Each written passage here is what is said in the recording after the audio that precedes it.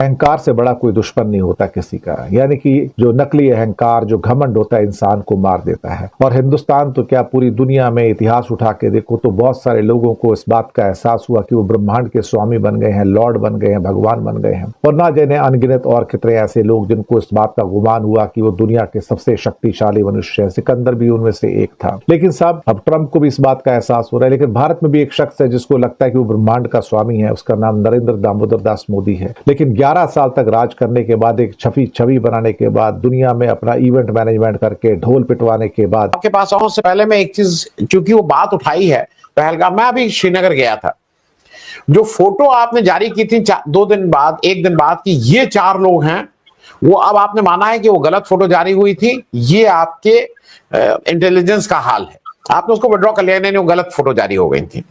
तो आपका अगर वो फोटो गलत जारी हो सकती है, तो वो जो 106 ठिकाने और 28 ठिकाने और 20 ठिकाने आप बता रहे हैं, वो क्यों सही होंगे? उसमें भी तो गलत हो सकता है। आप कहां बम फेंका है, कहां नहीं बम फेंका है। मैं कश्मीर गया था, श्रीनगर में उन जगह गया था, वहां 3-4 प्रश्न लोग पूछ रहे हैं, उसका जवाब किसी के पास नहीं है वहां। और ये मैं भी समझना चाहता हूं, अगर ये कहीं पे भी आवाज पहुंचे, कि जहां पे ये घटना पहलगाम में हुई, वहां पे सिक्योरिटी पहले थी, वो सिक्योरिटी कब हटाई गई थी? 2 दिन पहले, 10 दिन पहले, 20 दिन पहले? ये देश थोड़ा जानना चाह रहा है। हम सब लोगों को बता दीजिए कि भाई, जब ऊंट पहाड़ के नीचे आते हैं और तब उसको एहसास होता है कि यार मुझे तो कोई पूछता ही नहीं है। पता लगा कि एक 4 दिन की वॉर क्या हो गई पाकिस्तान के साथ में, हालात इस किस्म के हो गए कि इस आदमी ने घुटने टेक दिए। वो सारा आभा मंडल, वो सारा ऑरा, वो सारी इमेज एक क्षण में शटर हो गई, टुकड़े टुकड़े होकर कांच के टुकड़ों जैसे बिखर कर रह गई। इस बात को मोदी स्वीकार नहीं कर पा रहे कि मुझे दुनिया में कोई पूछता नहीं। दुनिया में इतनी वॉर हो रही थी, गजा की वॉर थी, ईरान की वॉर थी, यूक्रेन की वॉर है, सब कुछ हो रहा है, ट्रेड वॉर चल रही है, इंडिया को कोई पूछता ही नहीं, मोदी से कोई कंसर्ट ही नहीं करता है। और फिर ये पहले जो ढोल बजाते थे, आज बिना इंडिया के कोई दुनिया में कोई डिसीजन नहीं ले सकता, हमारी ओर देखे बिना कोई आदमी निर्णय नहीं ले सकता। आज दुनिया के सारे डिसीजन भारत को देखकर होते हैं। मुझे लगता है वो भी एक मिथ था, वो भी टूट गया, खत्म हो गया। और मोदी को एहसास हुआ कि वो ब्रह्मांड का स्वामी नहीं, वो भी एक अदना सा इंसान है, शतरंज की बिसात पर सिर्फ प्यादा है। जब G7 की मीटिंग होती है, तो G7 की मीटिंग जब कनाडा में होती है, उसको पीछे की लाइन में खड़ा किया जाता है बिल्कुल अननोन फेस की तरह, तो उसे इस बात का एहसास होता है कि क्या वास्तव में मेरा आभा मंडल खत्म हो गया, सच में आभा मंडल खत्म हो गया। और बाकी जो कि अननोन फेसेस थे उनको फ्रंट लाइन में खड़ा करवा दिया ट्रंप ने, और उनको पीछे खड़ा करवा दिया। तो तब उनको एहसास हुआ होगा कि यार मेरी तो कद बहुत छोटा हो गया है, मुझे तो कोई पूछता ही नहीं है। और अब जब इतनी जंग चल रही है, तो यहाँ पे पुतिन और शी जिनपिंग की पूछ ज्यादा होती है, मोदी को तो कोई पूछता ही नहीं है। दरअसल क्या है ना कि ये ऊपर वाले का चमत्कार है साहब, ब्रह्मांड के स्वामी का चमत्कार है वो, कि वो जब देखता है कि कोई आदमी खुदा बनने के लिए कोशिश कर रहा है, और मेरा भी खुदा बनने की कोशिश करता है, तो फिर वो क्या कहते हैं कि हर ऊंट एक ना एक दिन पहाड़ के नीचे आता है। यही हालत मोदी की हुई है। अब उतरा हुआ चेहरा, बिगड़ता हुआ, गिरता हुआ आभा मंडल, और वो सारी चमक और वो सारा मिरेकल और मैजिक खत्म होता हुआ एक आम इंसान की तरह, एक बुझे हुए इंसान की तरह अभी वो चलते हैं, जिनके चेहरे पे कुछ चमक नहीं। हिंदुस्तान में अभी भी लोगों को धमकाने की कोशिश करते हैं, उपहास बनाने की कोशिश करते हैं, लेकिन उन्हें मालूम है कि वो हारे हुए सिकंदर हैं। उन्हें मालूम है कि वक्त की आंधी में उनके तिनके बिखर चुके हैं। उन्हें मालूम है कि अब उनके दिन भी सीमित हैं, वो बहुत ज्यादा लंबे समय तक अब हिंदुस्तान पे राज करके नहीं जाएंगे। उन्हें इस बात का एहसास हो गया कि जितनी लंबी दूरी की यात्रा तय करेंगे, उतनी जिल्लत और उतनी जलालत उनकी बढ़ती चली जाएगी, और बाद में कहीं ऐसा ना हो कि उनको फिर ये RSS वाले ही धक्के मार के निकाल दे। और एक क्या कहते हैं कि एक बेमन से जाएंगे तो सही, लेकिन एक क्या कहते हैं कि जलालत के साथ जाएंगे, जिल्लत के साथ जाएंगे, इज्जत के साथ नहीं जाएंगे। तो कभी कभी ऐसा होता है कि कोई इंसान जब ऐसे मोड़ पर आके खड़ा हो जाता है, जहां उसको लगता है कि मैं ऑल पावरफुल तो हूं, लेकिन कोई मेरी पावर को मानता नहीं है, तो फिर उसको जलालत का सामना तो करना ही पड़ जाता है। यही मोदी का इतिहास है, यही सारे सिकंदरों का इतिहास है, यही सारे तानाशाहों का इतिहास है, कि जब तक वो रहते हैं तब तक तो अपना औरा बाबा मंडल बना के रखते हैं, लेकिन जब जाते हैं थके हुए, बुझे हुए एक दीपक की तरह होते हैं, जिनमें कोई चमक नहीं बचती। और फिर उसके बाद वो अपने आप से जंग करते हैं कि कैसे बाकी के दिन गुजारूंगा, क्योंकि अभी तक तो सारी दुनिया की पावर्स मेरे पास थी और अब मेरे पास कुछ नहीं है। और उसके बाद हर तानाशाह का क्या हश्र होता है वो आपको पता है। मोदी भी कोई एक्सेप्शन नहीं है। हर ऊंट एक ना एक दिन पहाड़ के नीचे आता है। मोदी को इस बात का एहसास होना शुरू हो गया है कि मेरे भी राजनीतिक जीवन के अंतिम दिन अब दूर नहीं। ब्रह्मांड का स्वामी बनते बनते आखिरकार वो घमंड अब टूटने की स्टेज पर आ गया, दिया बुझने की स्टेज पर आ गया। शुक्रिया। वहां के लोगों का कहना है कि वहां सिक्योरिटी थी, वो एक कुछ मियाद पहले वहां से हटाई गई थी, क्योंकि 2+2 हर एक आदमी कर रहा है। दूसरी, वहां से सबसे नजदीकी पोस्ट कितनी दूर थी? जो ये कहा जा रहा है 2 घंटा, ये 2 घंटा दूर नहीं थी। वो अपर वो नीचे दोनों जगह वहां की पोस्ट इतनी दूर नहीं थी, लोगों का जो लोकल है वो कह रहे हैं वो बहुत पास थी। वहां से रिएक्शन क्यों नहीं हुआ, वहां से एक भी गोली क्यों नहीं चली, वहां से एक भी पटाखा क्यों नहीं दगा? ये लोग कुछ प्रश्न पूछ रहे हैं जो आज का डिबेट नहीं है, लेकिन क्योंकि वो बात पहलगाम से ही शुरू हुई थी। मैं जनरल साहब, आप सत्ता का पार्ट रहे हैं किसी भी समय। मोदी जी धुआं, जैसा शीतल जी ने कहा, 75 करीब 74-75 देश की यात्रा कर चुके हैं, 6 देश की यात्रा में गए जिसमें 4 नए देश हैं, तो करीब 80 को टच कर रहे हैं। और अगर ये रहा तो 2029 तक वो सैकड़ा जरूर कर लेंगे, हो सकता है कि जल्दी ही उसको सैकड़ा पूरा कर लें हम।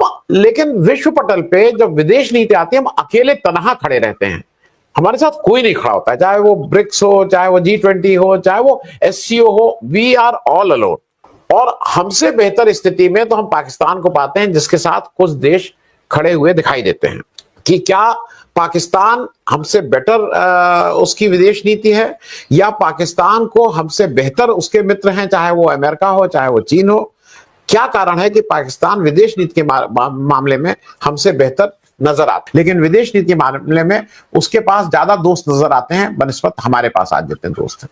जनरल में सर देखिए, हम पैर पे कुल्हाड़ी नहीं मारते हैं, कुल्हाड़ी पे पैर मारते हैं। पाकिस्तान के लिए हम कुछ भी ढूंढने के लिए निकले, उसके पहले नेपाल में क्या हुआ, मधेशी का चल रहा था चढ़ाव, जो भी आंदोलन चल रहा था नेपाल में वो मधेशी का चल रहा था। हमने बॉर्डर बंद कर दी, वहां सप्लाई बंद हो गया, और चाइना को हमने मौका दे दिया कि जाओ घुसो, जो भी चाहे आप वहां की हालत अब आपके अनुकूल है कर लो। तो ये हमने हमारा किया कराया हुआ था। मालदीव्स में क्या किया, बॉयकॉट मालदीव्स, हमारी शूटिंग कैंसिल करवा दी किसी ने, किसी ट्रैवल एजेंसी ने बुकिंग कैंसिल करवा दी है, बॉयकॉट मालदीव्स हो गया। एक समय ऐसा भी आया जब श्रीलंका के साथ भी हमारे जो रिश्ते थे खटास भरे हुए, और श्रीलंका भी हमारे साथ कोई नजदीकी, जब तक कि श्रीलंका में सत्ता बदल हुआ और उनको ही क्राइसिस आई, तब तक तो वो चीन के काफी नजदीक था, अम्बनटोटा उन्होंने ही चीन को दिया था। तो हम दूर की कहाँ देखे, हम दूर के देशों के देखने जाए तो बात अलग है। नजदीक के हमारे देश है जो भी हमारे साथ खड़े रहते थे। रात को 2 बजे भी आप नेपाल को पूछो, अपने फेवर में उंगली ऊंची कर देता था, हिंदू राष्ट्र था, ये था वो था। नेपालीज यहाँ भी है, नेपालीज अपनी सेना में भी हैं, और बहुत अच्छे रिश्ते नाते हमारे थे। तो ये जो चीजें हैं ये हमारी मूर्खता है। मैं नहीं कहूँगा पाकिस्तान ने अपने कार्ड बहुत कुशलता से खेले, पाकिस्तान में भी सत्ता बदल होते रहे, वहां भी इमरान खान आए, इमरान खान के बाद सत्ता पर हुआ, ये नए सत्ता आई। तो पाकिस्तान में जो हुआ है वो हमारे सामने काउंटर खड़ा करने के लिए अमेरिकन इनिशिएटिव की वजह से हुआ है, और हम मौका देते हैं। जैसे हम पहले यूक्रेन गए, हालांकि रशिया हमारा ट्रस्टेड एलाई था अब तक, और उसके बाद रशिया गए, रशिया से भी संबंध बिगाड़े। शस्त्रों का हमारा जो आयात था वो रशिया से था, क्रूड ऑयल भी हमने काफी आयात किया, रशिया से आयात किया। तो रशिया के साथ आज हम इतने संबंध बिगाड़ चुके हैं कि पाकिस्तान में एक बंद हुआ प्लांट पड़ा था, वो प्लांट रिवाइव करने के लिए रशिया ने पाकिस्तान के साथ समझौता कर लिया। तो एक एक करके अपने दोस्तों को गंवाने की जो हमारे में एक अद्भुत खास कैपेबिलिटी है, इसके परिणाम आनंद जी हम भुगत रहे हैं। किसी के भी नहीं रहे, हम सबके होने जा रहे थे। सेना ने छुपाया है, और ये आपके स्क्रीन पे कह रही है कि पायलट की शहादत एक मिनट हनुमान जी प्लीज, ऐसे नहीं, हनुमान जी प्लीज, एक second Ajay Alok please, Ajay please, Hanuman Acharya की प्लीज एक रिक्वेस्ट है, एक सेकंड उनको आपत्ति इसी पर है। अजय आलोक प्लीज, आप पर्सनल ना हो, आप मुद्दे पर बोलिए, कांग्रेस पार्टी पर बोलिए, उन पर नहीं बोलिए। मैं पर्सनल नहीं हो रहा हूं, मैंने पहले ही बोला मैं पर्सनल नहीं हो रहा हूं, लेकिन राजनीतिक चश्मा पहन लेने से 25 साल की अपने सर्विस पे पूरा का पूरा धो दिया, ये कह रहा हूं मैं, पर्सनल नहीं हूं मैं, धो दिया इन्होंने। आप अब एक बात बताइए, अब एक मिनट मालिक जी, या फिर उन्हीं को चिल्ला लेना। हनुमान जी प्लीज, ऐसे प्लीज बोलने दीजिए प्लीज उनको। क्या तरीका होता है ये, बार बार वही आपके कहने के बाद मैं ये कह रहा हूं अजय आप पॉइंट पर आइए, मुद्दे पर आइए, मुद्दे पर आइए, मुद्दे पर आइए। मैं पॉइंट पे आ रहा हूं। ओके, मुद्दे पर आइए, चलिए मुद्दे पे आ रहा हूं। ओके, चलिए आगे बढ़ते हैं डिबेट में। 4 और लोग वेट कर रहे हैं। पार्टी की आइए, चलिए। देखिए, कांग्रेस पार्टी की हालत हो गई है ना कि निर्जल पोखरा में कांटी फंसा के बैठे हुए कि कोई निर्जल पोखरा में मछली आ जाए। अरे जिस पोखरे में जल ही नहीं होता वहां मछली कहां से आएगी? बिना मतलब का मुद्दे पे मुद्दा। 78 साल हो गए हमारे देश को आजाद हुए हुए। आज तक ऐसा हुआ कि भारतीय सेना ने, वायुसेना ने या नौसेना ने कभी किसी की शहादत को छुपाया हो? कितना घटिया इल्जाम लगाया आपके स्क्रीन पे। सरकार क्या नहीं बता क्यों नहीं देती? सरकार बता क्यों नहीं देती? क्या ही बताया भैया आपको? कभी एयरक्राफ्ट के लॉस कल रशिया ने क्या, कल यूक्रेन ने क्लेम किया। 1 मिनट, अब बीच में मत बोलिए। प्लीज, हाँ चलिए। इतनी रणनीति तो सीखना चाहिए। बिल्कुल जवाब नहीं किया जाता है। और 1 मिनट, फिर बीच में कूद गई। अरे भैया क्यों कूद रहे हैं? अनुमति प्लीज, एक सेकंड, अनुमति प्लीज बोलने दीजिए। नॉट फेयर, नहीं, it is not fair, not fair. Angle लगा के नहीं चल सकते हैं। ओनली अजय आलोक। दुर्भाग्य ये है कि आप सिर्फ जहाज के गिरने की तरफ देख रहे हैं, मैं पायलट के बारे में सोच रही हूं। आप सोच सकते हैं कि अगर कुछ जहाज गिरे तो क्या सारे पायलट इजेक्ट हो गए? क्या भारती जी के, जो एयर मार्शल भारती के स्टेटमेंट को हम ये माने, हमारे सारे पायलट सुरक्षित है का अर्थ क्या माने हम कि सारे पायलट सुरक्षित हैं? और जो वायुसेना के अंदर ग्रेप वाइन चल रही है उसका क्या? मैं समझती हूं सवाल होना चाहिए कि सरकार ने एक तरफ सिंदूर का सौदा क्यों किया, दूसरा सरकार ने देश के लोगों से, क्योंकि अगर पायलट की मौत को छुपाया है आपने, तो ये तो देश की जनता के साथ, देश के साथ सबसे बड़ा देशद्रोह है कि आपने एक शहीद की शहादत को छुपाने की कोशिश की। सवाल ये होना चाहिए। मैं आपके प्रोग्राम में आपको सवाल नहीं सिखाऊंगी, लेकिन इतना बड़ा मुद्दा, उसको इतना नॉर्मलाइज करने के लिए इस तरह का सवाल कांग्रेस क्यों हमलावर हो रही है? क्या हम में से यहाँ जितने भी लोग बैठे हैं जो वर्दी वाले रहे हैं, क्या खून नहीं खोलेगा उनका? चाहे मैं जनरल संजय कुलकर्णी हो, चाहे जेनी सर हो, मैं सबसे पूछती हूँ, राजनीति को एक तरफ रखिए, लेकिन 5 या 4 या 3 जहाज या कुछ जहाज, इसका क्या मतलब होता है?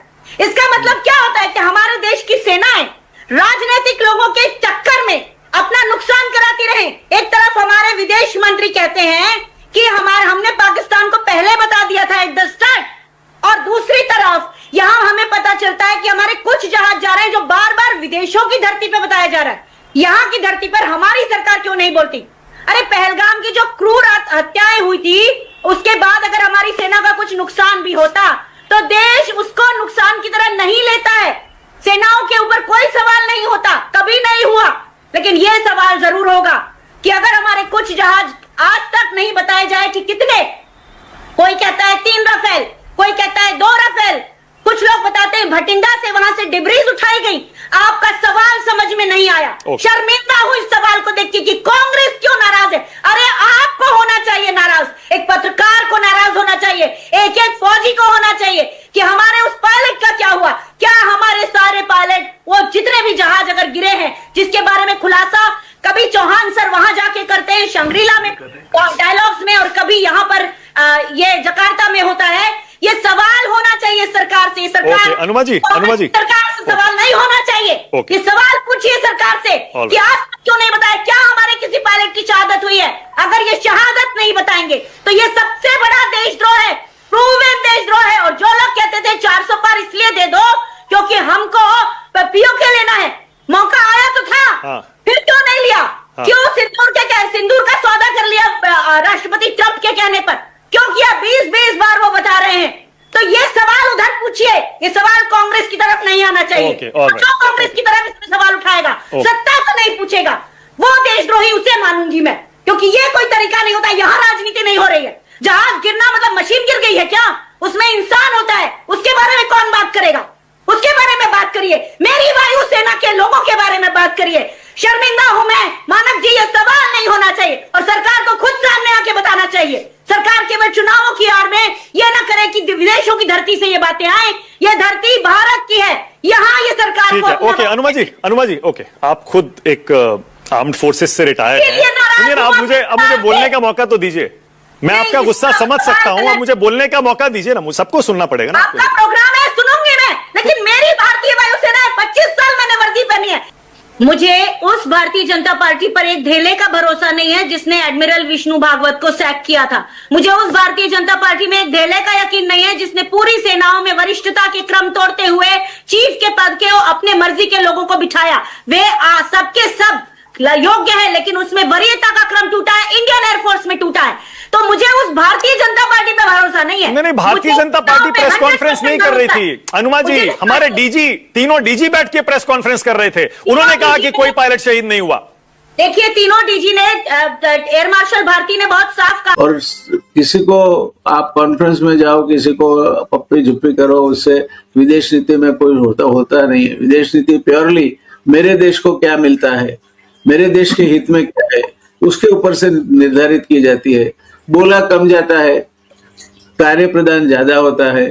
हमारे प्रधानमंत्री जी बोलने से बाज नहीं आते। जब भी मौका मिला और जहां भी उन्हें लगा कि बोलना चाहिए, कुछ भी बोल देते हैं, फिर मुकर जाते हैं। तो 4 बार हमने गंवा दिए। श्रीलंका से लेकर आप नेपाल से शुरू करें ना, तो यहाँ म्यांमार से, फिर बांग्लादेश में भी बिल्कुल चिकन नेक के सट को सट के चाइना को बेस बनाने के लिए जगह दे दी गई है। It is less with the latest of the planes. फिर आगे निकले मालदीव्स ने 6 टापू चाइना को दिए हैं। बांग्लादेश ने अमेरिका को भी विल्सन आइलैंड्स दिए हैं। फिर श्रीलंका ने हेमनटोटा दिया है। गदर तो इनके पास है ही। तो पूरी चारों ओर से चाइना आपको नागपाश में डाल के बैठा है और आप अब तक चुप रहे। इसके बीच नेपाल और चाइना के बीच रेल की पटरियां भी बिक गई और रेलवे, हाई स्पीड रेलवे से नेपाल और चीन जुड़ने वाले हैं। तो हम कहाँ जा रहे हैं? किसके भरोसे पे हम ये सब कर रहे हैं? न तो हमारे पास शस्त्र सरंजाम में आत्मनिर्भरता है, न तो हमारी शिक्षा या रिसर्च एंड डेवलपमेंट का स्तर वो है जिसकी वजह से हम किसी बीमा मुआवजा नियम सख्त। सुप्रीम कोर्ट ने बड़ा फैसला सुनाते हुए कहा कि सड़क हादसे में यदि मौत व्यक्ति की खुद की लापरवाही से हुई हो तो बीमा कंपनियां मुआवजा देने के लिए बाध्य नहीं हैं। यह निर्णय रविश नामक व्यक्ति की दुर्घटना से जुड़ा था, जिसमें परिवार ने 80 लाख रुपए की मांग की थी। पुलिस जांच में रविश की गलती पाई गई। कोर्ट ने बीमा कंपनी की जवाबदेही से इनकार कर परिवार की याचिका खारिज कर दी। संपत्ति हड़पने की साजिश। प्रवर्तन निदेशालय ईडी ने कोर्ट में बताया कि सोनिया और राहुल गांधी ने यंग इंडियन कंपनी के जरिए 2000 करोड़ रुपए की नेशनल हेराल्ड संपत्ति हड़पने की साजिश रची। ईडी के अनुसार यंग इंडियन के पास 50 लाख की पूंजी भी नहीं थी, फिर भी उसे 90 करोड़ रुपए का कर्ज ट्रांसफर कर दिया गया। वर्षों से घाटे में चल रही कंपनी के नाम पर यह वित्तीय चालबाजी अब न्यायिक जांच के दायरे में है। किश्तवाड़ में मुठभेड़ जारी। जम्मू कश्मीर के किश्तवाड़ जिले में सुरक्षा बलों और आतंकियों के बीच मुठभेड़ शुरू हो गई है। सेना, सीआरपीएफ और पुलिस की संयुक्त टीम ने चटरू के कुचल इलाके में आतंकियों की मौजूदगी की खुफिया जानकारी के आधार पर सर्च ऑपरेशन चलाया। इसी दौरान जैश-ए-मोहम्मद के 2 से 3 आतंकियों को घेर लिया गया। ऑपरेशन अभी जारी है और इलाके की घेराबंदी कर दी गई है। स्थिति पर नजर रखने के लिए अतिरिक्त सुरक्षा बल तैनात किए गए हैं। घाना में मोदी का स्वागत। प्रधानमंत्री नरेंद्र मोदी 2 दिवसीय द्विपक्षीय यात्रा पर घाना पहुंचे, जहां कोटोका अंतर्राष्ट्रीय हवाई अड्डे पर बच्चों ने हरे रामा हरे कृष्णा की धुन पर उनका गर्मजोशी से स्वागत किया। पीएम मोदी ने सलामी गारद का निरीक्षण किया और तालियां बजाकर बच्चों की प्रस्तुति की सराहना की। यह यात्रा घाना के राष्ट्रपति के निमंत्रण पर हो रही है और इससे दोनों देशों के संबंध मजबूत होने की उम्मीद है। मोदी घाना की संसद को भी संबोधित करेंगे। अनुबंधित महिला को अधिकार। उड़ीसा हाईकोर्ट ने बड़ा फैसला सुनाते हुए कहा कि अनुबंध पर काम करने वाली महिलाओं को मातृत्व अवकाश मैटरनिटी लीव से वंचित नहीं किया जा सकता। अदालत ने राज्य सरकार द्वारा एक महिला का आवेदन ठुकराए जाने पर आपत्ति जताई और कहा कि मातृत्व अवकाश महिला का संवैधानिक और मानवाधिकार है। यह निर्णय समानता और गरिमा के सिद्धांतों की पुष्टि करता है, जिससे लाखों अस्थायी महिला कर्मचारियों को न्याय मिलने की उम्मीद जगी है। बिहार में वोटबंदी का आरोप, 2 करोड़ मतदाता हो सकते हैं बाहर। विपक्ष ने चुनाव आयोग पर बिहार में वोटबंदी करने का आरोप लगाया। कांग्रेस नेता अभिषेक मनु सिंघवी ने चेताया कि दलित, आदिवासी, प्रवासी मजदूर और गरीब तबकों के करीब 2 करोड़ मतदाताओं के नाम मतदाता सूची से हटाए जा सकते हैं। भाकपा माले नेता दीपांकर भट्टाचार्य ने इसे लोकतंत्र पर हमला बताया। विपक्षी दलों ने चुनाव आयोग से मिलकर इस प्रक्रिया पर रोक लगाने की मांग की है। क्या पिछले 22 सालों के चुनाव अवैध थे? यह सवाल भी उठाया गया। भारत को मिलेंगे लड़ाकू हेलीकॉप्टर, पाक पर रहेगी नजर। भारत को अमेरिकी अपाचे AH-64E लड़ाकू हेलीकॉप्टर मिलने जा रहे हैं, जो अमेरिका और इजराइल जैसे देश पहले से उपयोग कर रहे हैं। इन हेलीकॉप्टर्स की आपूर्ति में सप्लाई चेन के कारण देरी हुई थी। जब से पाकिस्तान ने इंडिया को शिकस्त दी है, तब से भारत और मोदी ने अपने आप को गुरु कहना छोड़ दिया। भारतीय मीडिया की चीखें आपने सुनी होगी। मज़ीद अगर इस तरह की रिएक्शन वीडियो आपने देखनी है तो हमारे चैनल को सब्सक्राइब कर लें। वीडियो पसंद आई हो तो वीडियो को लाइक और दोस्तों के साथ शेयर ज़रूर कर लें। इंशाल्लाह मिलते हैं नेक्स्ट वीडियो में, तब तक के लिए अल्लाह निगहबान।